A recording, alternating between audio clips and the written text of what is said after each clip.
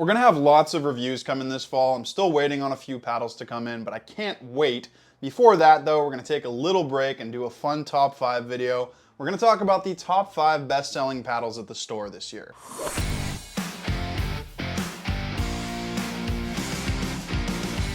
Hey everybody, it's Luca from Rackets Runners. So I was looking at old videos on this channel and I realized we didn't actually make this video in 2024. That's on me. You guys really liked it in 2023, but we're doing it this year and it's actually crazy to see how much things have changed in 2 years. The top 5 in 2023 were the Carbon 2, not the 2X, which is wild to me, then the Gen 2 Perseus, then the original Ben John's Hyperion, again, kind of crazy, then it was the Gen 2 Vatic Pro Flash, and then at number 1, it was the Vatic Pro Prism Flash. It's actually really cool to see how much this sport has evolved. We're on to Gen 4 technology now, obviously, but yeah, I'm very excited to talk about this top 5. Now, before I get into any of the criteria, I just want to remind you that any of the paddles I'm going to talk about here today, you can check out on our website, racketsandrunners.ca. Also, please remember to like the video, subscribe to the channel, follow me in the store on Instagram, and let me know in the comment section what you want me to cover next. So first things first, I need to set out some criteria, and I know there are some really popular paddles that aren't going to be on this list,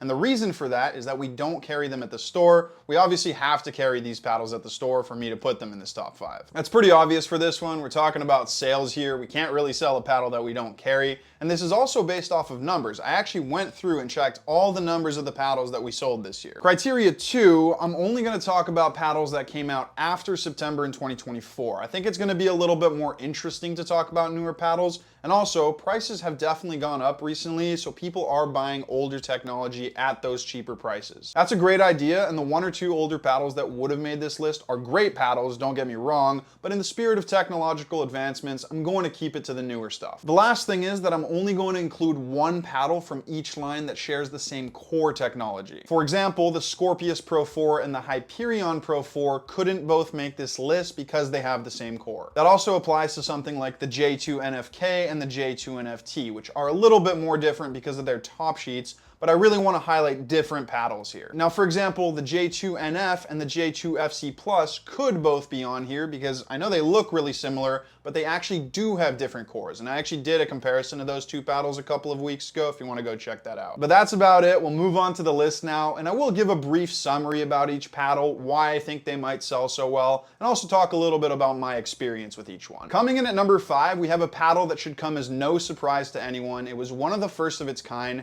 It's the Carbon 2 True Foam Genesis. The True Foam Genesis was one of the first, true foam paddles, basically the original Gen 4 that had a full foam core, and its popularity caught on like wildfire with very good reason. I'll talk about the Genesis performance in general before I get into any specifics about this particular shape, but True Foam is really fantastic in its well-rounded playability, and it goes beyond just power, spin, and control. One of the best things here is durability. Gen 3s were really fun to use, especially when they first came out with all the power that they had, but the major issue was that 1, they would break in and become too powerful, and 2, that break-in never really stopped. They got progressively softer with longer dwell time and more trampoline effect, and that made them inconsistent, and then at some point they would just become point-blank uncontrollable. The full foam core fixed that. There are fewer moving parts in here, so it just doesn't break down as easily. Now it does break in, but we're talking a fraction of the change that Gen 3s had. Now durability is great, but it's obviously not enough in this extremely performance-oriented pickleball industry.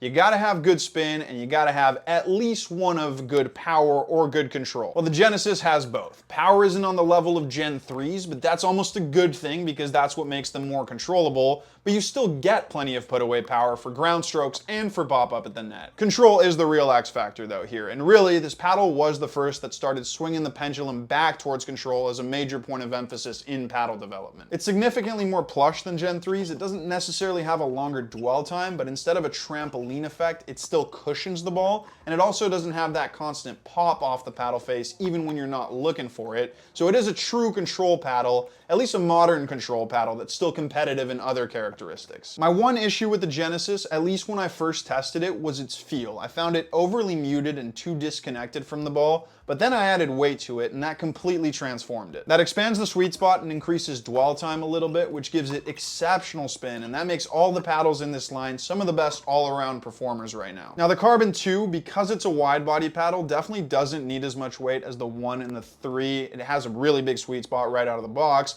but it can still do with a little extra to help with that spin. I think the Carbon 2 is the most popular for a couple of reasons. One, it's the most controlled of the 4, and 2, it's very maneuverable, and generally people who prioritize control like that in a paddle because they spend a lot of time up in the kitchen. I've personally never been the biggest fan of wide bodies, but by no means do I think this is worse or better than the other 3, but it makes sense to me that this would be so high, and it's actually the only wide body on this list. All right, so coming in at number 4, we have the first Honolulu pickleball paddle here. We might see more later. It's the J2 FC Plus. This is crazy to me. We got this paddle like 3 weeks ago or something like that, and it's already in the top 5 bestsellers this year. That's absolutely insane, but that's testament to how good of a job Honolulu Pickleball did with it. The FC Plus is another full foam Gen 4, but it's actually a little bit different to the true foam Genesis. This almost has a hybrid Gen 3 and Gen 4 construction. You have 2 foams in here, one foam that makes up the majority of the interior of the paddle, and then you have a softer foam around the perimeter here. The interior foam is quite similar to true foam. It's denser and a bit more resilient, and the perimeter foam is a little bit more like Gen 3 foam. It's springier and adds power to the paddle. The control is still the main character here though. This plays closer to the denser foam feel of a Gen 4 where it's soft but sturdy and consistent. That means 1, it's not prone to pop-ups, but 2, it's also got a nice amount of dwell time because yes, it's firmer than trampoline effect foam, but still nowhere near as firm as Gen 2s or even non-thermoform paddles. I recently did a top 5 paddles for control and the J2 FC Plus came out on top. There are maybe a few other softer paddles that are made for more true traditional control, but it's the well-rounded playability that made this one come in at number 1 for me. Actually, for me, this is a little bit more special than the true foams in that regard. The dynamic playability here is top-notch, and I think that's because of the perimeter foam. It won't pop the ball out when you're not looking for it, but as soon as you add a bit of paddle head speed, either up at the net or on big ground strokes from the baseline,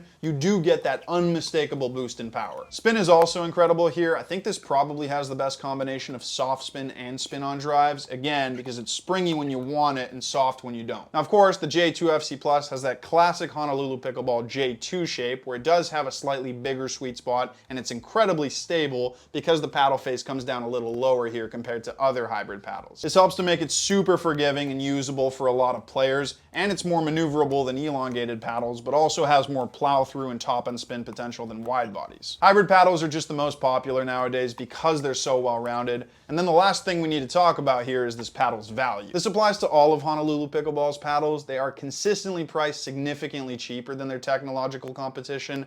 What I mean by that is that this is a Gen 4, and compared to other Gen 4s, it's at least 100 Canadian dollars cheaper. It's really awesome that they're doing that, and there's no doubt that they are reaping the benefits with sales. And with that said, we're not done here with Honolulu Pickleball paddles. Coming in at number 3, we have the J2 TI Plus. Now, I will admit this one surprised me, not because it's a bad paddle, but because it's a Gen 3, and it came out at a time when people were pretty clearly ready for a change in the industry. Gen 3s went through a roller coaster in 2024, where they came out and people were just absolutely astonished by how much power and spin they had. They loved them, and then they went through a lot of high-profile durability issues and then got delisted, so understandably, people did get a little bit sick of them. But that's also why I think the J2 TI Plus and the J2K Plus, by the way, have been so well received. They're certainly not immune to the issues with Gen 3s, but they're better, and that's because they're not nearly as powerful right out of the box. Actually, the first day I tested these, I didn't think they were really much like Gen 3s at all. They had a bit of that springy feel, but nowhere near as much as like a Gen 3 Yola, for example, even when that paddle's new. Over time, they do break in and get more powerful, but never too powerful, and that break-in is much less intense, so there's no huge drop-off in playability, which is good for their longevity. Now, part of my surprise here is that the J2 TI Plus is more popular than the J2K Plus.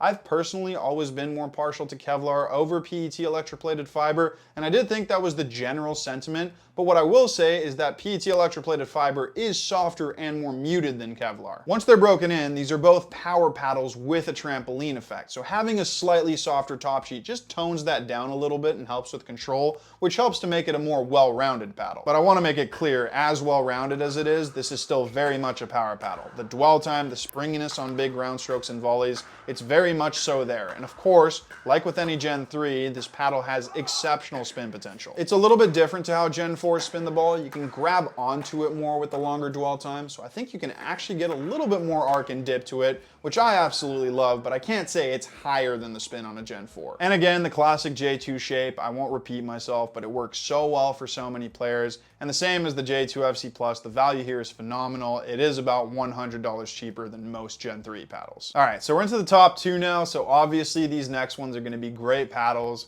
Coming in at number 2, we have the Yola Perseus Pro 4. Let's talk Yola for a second, because I did mention the Gen 3 controversy from last year, and they were basically at the center of it all. They released their Gen 3 paddles that had the now infamous propulsion cores, and at the beginning, it was all sunshine and rainbows. These were undoubtedly the best paddles, at least that I had ever tested. They pushed the power limits to heights I didn't think were possible in this sport, and the spin was also, like I just finished saying with the J2 Ti Plus, absolutely game-changing. They were fun to use, no doubt. Especially people who had a tennis background took to them extremely well, and then the issues started. I won't get into too much detail, but I think the fundamental issue with Gen 3s was their durability. 1, because they just broke down too quickly, and 2, they became way too powerful when that happened. After a few half measures here and there, somehow they convinced the USAP to legalize the Mod TAs, which were essentially the same paddles. Then they released the 3S, which was like weirdly legal, but also not fully legal. Those ended up all trickling out, and then they released the Pro 4s. Now I think the 4 stands for Gen 4, but these aren't true Gen 4s. These are essentially Yola Gen 3s, but with a twist. It's an important twist, which I'll talk about in a second,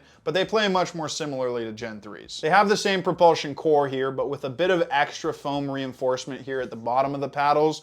So it's a small change, but to be fair, it's a change that did exactly what it was supposed to do. For one, these are noticeably less powerful and have less of that super long springy dwell time than the 3s. They're firmer paddles overall, while still being very springy and powerful, but it's enough of a change to make them legal. The foam down here has also had a major positive impact on durability. Yes, they still break in, yes, they still soften up with time, but it's nowhere near the problematic amount that the 3s went through. So the result is very similar playability to their Gen 3 paddles, a little bit more subdued both in terms of power and spin, but they are still exceptional pickleball paddles, and a lot of people still love that feel of a Gen 3. I'm going through the exact same dilemma right now. I have gotten used to Gen 4s at this point, but it was a tough switch for me at first. I think the spin modulation you get with something like this is better than what you get on a Gen 4 like a True Foam. It grabs onto the ball a little more, so I just feel like I have more of a fine-tuned control over how much spin I can put on it. That extra dwell time is just amazing for exactly that finer element of feel, which is kind of hard to explain, but I think a lot of really good players like that little inexplicable X factor. I mean, we see a lot of pros still playing with these. Now that actually brings up another point, marketing. Yola obviously has a ton of money that they can use on endorsements, so yes, obviously a lot of pros are going to play with their paddles, and that definitely helps to sell them. But yeah, that's the Pro 4. It's maybe a little bit behind its time, at least in terms of technology, but that's actually something I wanted to address here. I don't actually think Gen 4s are point blank better than Gen 3s, at least when both are at their optimal break-in point. They're just different. Some players are going to prefer one over the other, and that's totally fine. It's just a matter of personal preference. But now let's move on to number 1. Okay, so if you thought 2 Honolulu pickleball paddles was enough, you were wrong. The best-selling paddle of the year at the store is the Honolulu Pickleball J2NF. Some of you may have already seen this coming, considering the FC Plus was already on this list, but these 2 paddles came out at the same time, and the NF had considerably more hype to it. Now, I will be honest, I don't fully understand why that is. The FC Plus is definitely softer with more of that Gen 4 controlled feel to it. The NF is way more powerful, and it actually has a more rigid feel. Okay, well, actually typing that out, I kind of understand a little bit better. I did just finish talking about how people really like power. But yeah, the J2NF is pretty significantly more powerful than the FC Plus. Personally, I prefer the FC Plus because it has a bit better control, but especially that rigidity I just mentioned on the NF. I'm not as big of a fan of that here. But you gotta keep in mind, I am comparing it to one of my absolute favorite paddles right now. Other than that, the NF is an incredible paddle that combines the consistency and the reliability of a Gen 4 construction with much more power than average. The spin is also fantastic. It does have a little bit less of that spin modulation than the FC Plus, where you just can't grab onto the ball as long, but the top end spin is definitely higher. That's the spin you're looking for when you're going for full pace strokes, so on serves and on big drives. and that's where this shape is also just really easy to use. It's way whippier than an elongated paddle like the Perseus I just finished talking about, and of course, like I've said 3 times now, J2 shape has a huge sweet spot and it's super forgiving and super stable. I guess I'll say it one more time too, ridiculous value. It's not really all that comparable to the Boomstick because they are different shapes, but it's a similar thing here, 2 powerful Gen 4 paddles, and the Boomstick is $200 more. Honolulu Pickleball could definitely charge more for their paddles. I mean, they're not any worse than other Gen 4s. In fact, I'd probably argue the opposite other than the Boomstick. But kudos to them for keeping it reasonable. That really is awesome on their end. But yeah, 3 Honolulu Pickleball paddles in our best sellers this year, and 2 of them came out in August. So I guess we should just rename the store to Rackets and Honolulu Paddles. In all seriousness though, as a kid from Hawaii, it does make me pretty happy to see these guys doing so well. But anyways, that is going to be the end of this video. Thank you so much for watching. And remember, if you want to demo any of these paddles, you can come visit us in store. Or if you want to buy them, you can go online at racketsandrunners.ca.